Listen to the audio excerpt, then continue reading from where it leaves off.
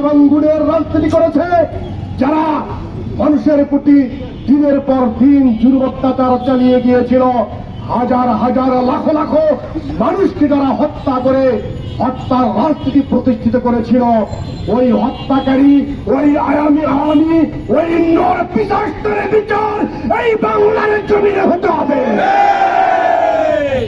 এবং সেই বিচার 40-50 বছরের নয়, এই বিচার দৃশ্যমান হতে হবে, অবিলম্বে এই বিচার কার্যকর করতে হবে। যদি মিথ্যা দাবি, মিথ্যা অজুহাত তুলে 50 বছর পূর্বের সেই ঘটনাকে নিয়ে এসে বাংলাদেশের মূল্যবান রাজনৈতিক নেতৃবৃন্দকে ফাঁসিতে ঝুলিয়ে হত্যা করা যায়, তাহলে টাটকা মানব বিরোধী অপরাধ, মানুষ খুনের অপরাধ, আয়নাঘর তৈরির অপরাধের বিচার কেন বাংলাদেশের জমিনে হবে না?